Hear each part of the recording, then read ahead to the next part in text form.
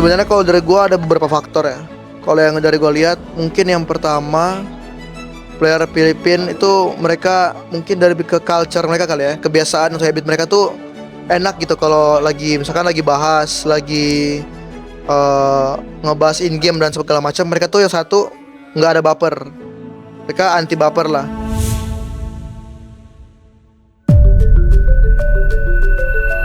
I think once you said the Filipino player, they're strong. Malakas sila lagi, tapos mga disiplinado, tapos porsigido. Let's say they already achieved something.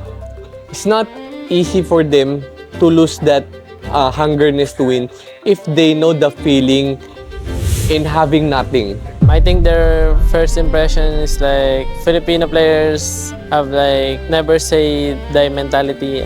I feel like chilling in the game a bit. Like I see other regions going too fast, going too aggressive, and I feel like they need to slow down a bit.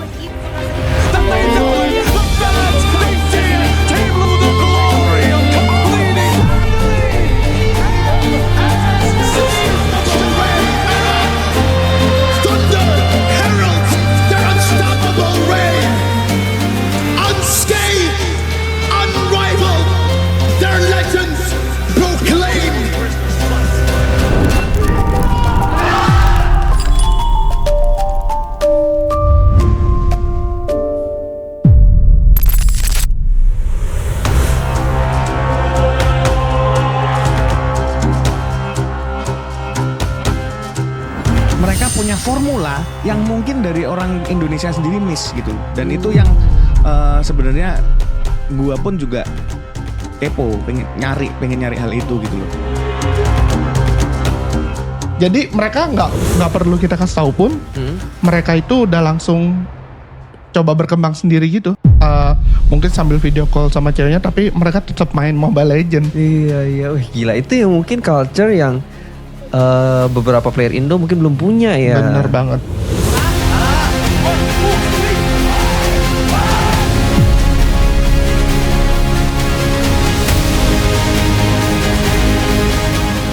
Gua kalau dibilang dominasi ya pasti gue setuju lah, karena emang udah terbukti faktanya seperti itu buat sekarang. Sebenarnya kalau dari gue ada beberapa faktor ya. Kalau yang dari gue lihat, mungkin yang pertama, player Filipina itu mereka mungkin dari ke culture mereka kali ya, kebiasaan atau habit mereka tuh enak gitu kalau lagi misalkan lagi bahas, lagi ngebahas in game dan segala macam, mereka tuh yang satu nggak ada baper, mereka anti baper lah. Beda lah kalau orang lain tuh ada beberapa yang kayak baru dikasih masukan dikit kayak sakit hati, langsung defensif, baper lah, apalah, denial. Kalau mereka tuh enggak, mereka tuh kayak ya udah terima apa salah mereka, apa yang mereka mau improve, dan nggak ada malu-malunya.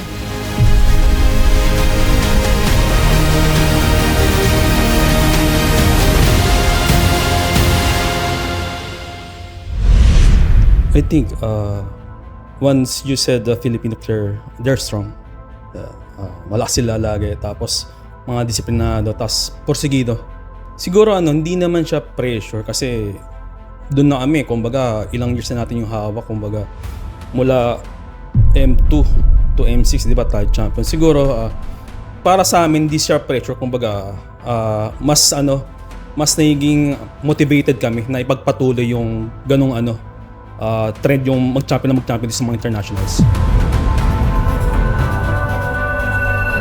Basically, it's a strong region, strong player, gifted player, gifted in mechanics and wise in general. I think most of the Filipino players have discipline, and not only in game, basically in their personal lives, because of how they they were raised by their parents, by our parents.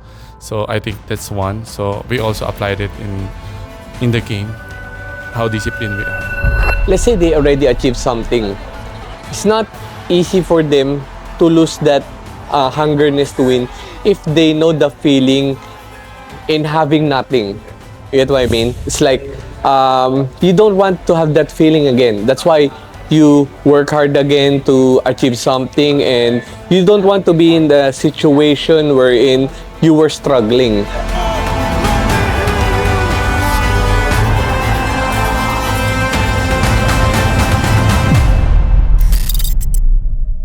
I feel like because of the skills and the IQ of every Filipino Mobile Legends players, because I feel like the mechanical skill of player who comes from the Philippines is really high, especially those amateur players, and they come to other regions and they win the MPL there, and I feel like the IQ of the Filipino players is really high also. One of the requirements, I think, of course, but the discipline and the knowledge in the game also important, especially the discipline, the attitude, the ethics towards the games. Because if you are mechanics, then you're arrogant and you don't have discipline in the game. Like you didn't practice well because you're so much arrogant and believing that you can still be the best even you didn't have to attend the scrims. So I think mechanics is just one of the requirements. For me, when I hear Filipino player, what comes to my mind is basically mindset. I think Filipino players have a really strong mindset when it comes to approaching Mobile Legends inside and outside of the game. And when it comes to their mentality, it's really something that is commendable because they have a strong mindset in going up against whoever their opponent is. Para sa akin yung disiplina. Kasi kung makikita mo talaga yung mga players ngayon, lahat sila may micro, may skills, lahat. Pero sa Pilipinas kasi sobrang strict nung discipline kasi yun ang nakikita ko na kaiban sa ibang regions.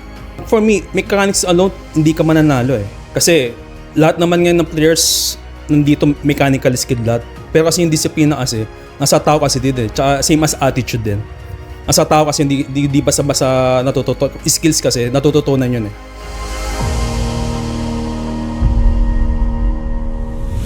Kalau pemain Filipina kalau dari gua ada 2 nama. Yang pertama ada yang pasti semua orang tahu lah, The GOAT, KarlTzy.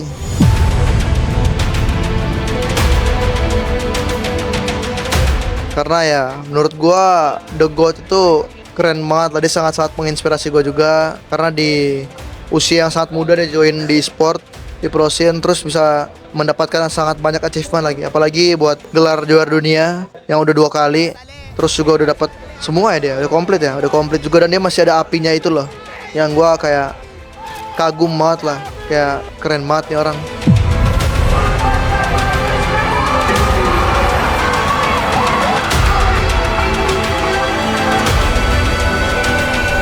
Karl is one of a kind.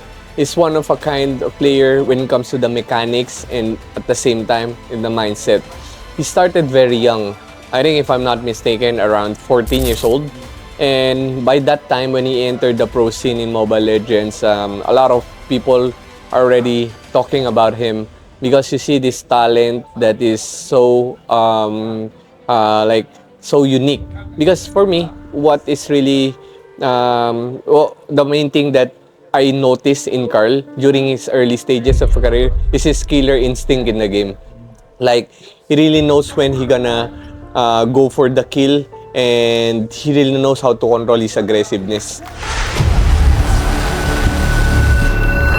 Nakita ko kasi yung paano nag-grow si Karl sa team namin.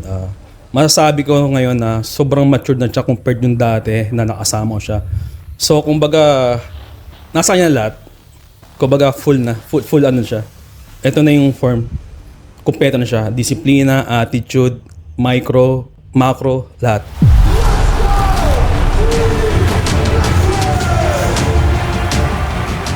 this guy is really like his passion to win is just very commendable. Even how many achievements he got, being labeled as the GOAT, he still have that hungerness to win, and he always tried to win. That's why.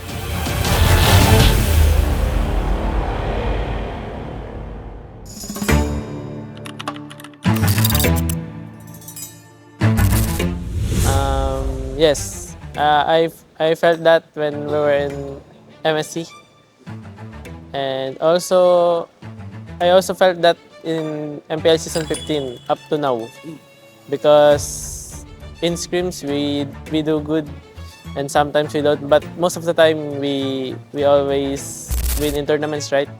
And when we're winning tournaments, I'm trying to understand our game, like how do I beat this team if I'm the enemy, and I can't really think about it. So I just felt like we're very unstoppable at that time. I see other regions going too fast, going too aggressive, and I feel like they need to slow down a bit. Yeah. Like you need to adjust to your timings, and you don't need to do much in Mobile Legends. Just take a small lead, and I feel like if you take a small lead and continue doing what you're doing like in a normal game, you don't need to always kill like that. Just balance economy.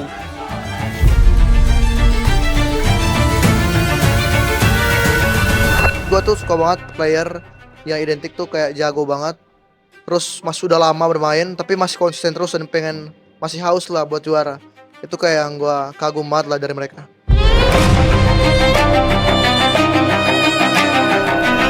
Well, it's already obvious based on his history, on what he got. Of course, as a team now, we got this M7 champ, but still, KarlTzy is part of one of the stronger player. I think one of the strongest player.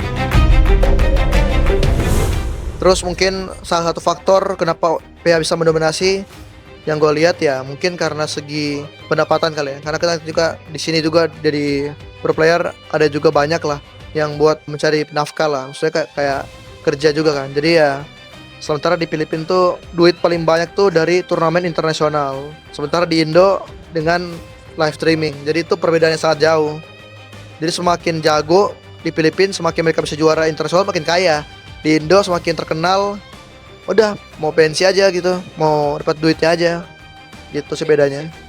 Yeah, also for me, it's very important because I always spend a lot of money. I'm a big spender, and I wanna live a very comfortable and happy life. That's why I'm still playing. Money is a big factor in Mobile Legends.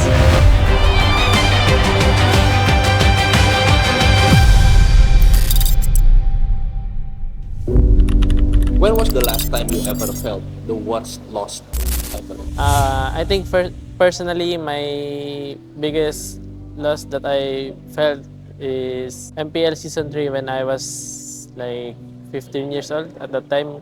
And I think it's the only time that I cried backstage, and I cried about game. We lost to Breno Limit with JP's team that time. And I'm really surprised. I didn't expect to get knocked out of the playoffs too early, and because when I'm at my rookie season, we finished top 3, and the next season we just kind of lose so fast, and it's very heartbreaking to lose that series.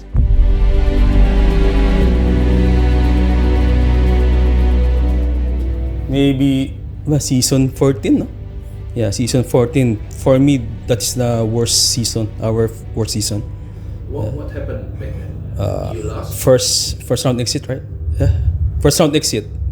In the playoff? Yeah, the playoffs, yeah. MPL PH. For me, dito sa M7, kumbaga maraming umaasa mga kababayan natin na kami magta-champ. Kasi yun nga, tayo dominating ilang season, ilang years na.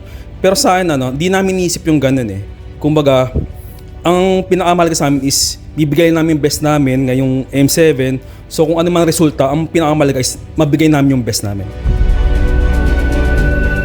Of course, it's so many times. So first when we lost in MSC against a Smart Omega, execution that time. Okay.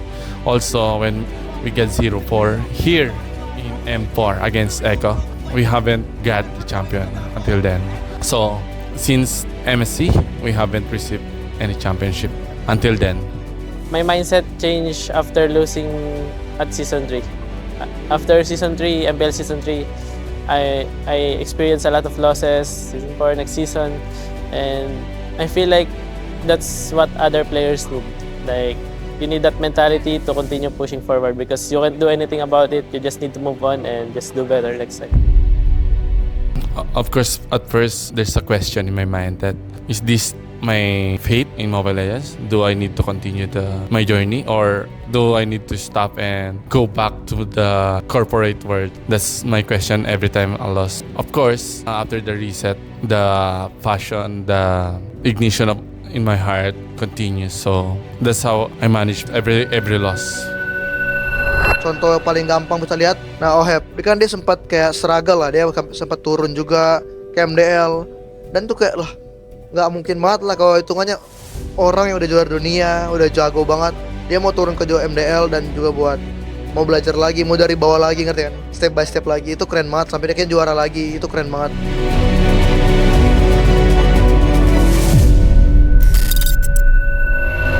Dominance without the champion.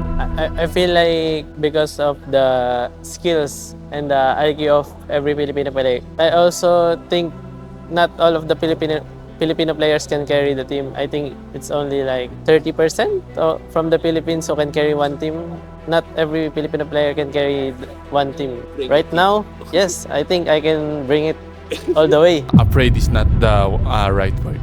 It's a bit pressure since our previous results as an Aurora, international results were not good.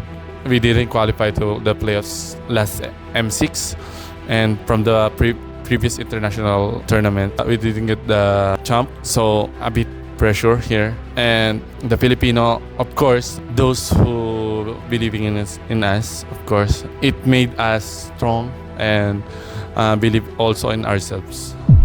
Siguro tingin ko kung wala nga championship, pero siguro yung mga meta kasi doon sumikat yung yung mga UB strategy, UB strat, Eco Express. Kumbaga yung mga brand, yung mga napapasikat nating game style, parang yun, doon tayo nakikilala.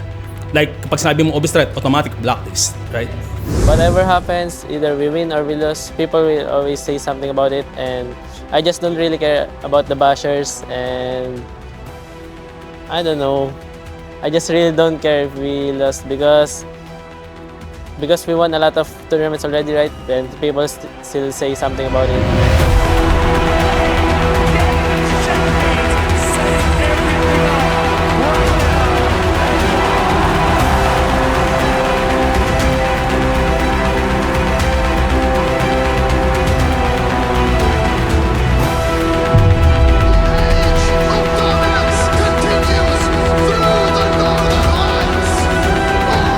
I feel like if you're not growing and you think you reach your ceiling, I don't know. I think you should retire. That's what I feel.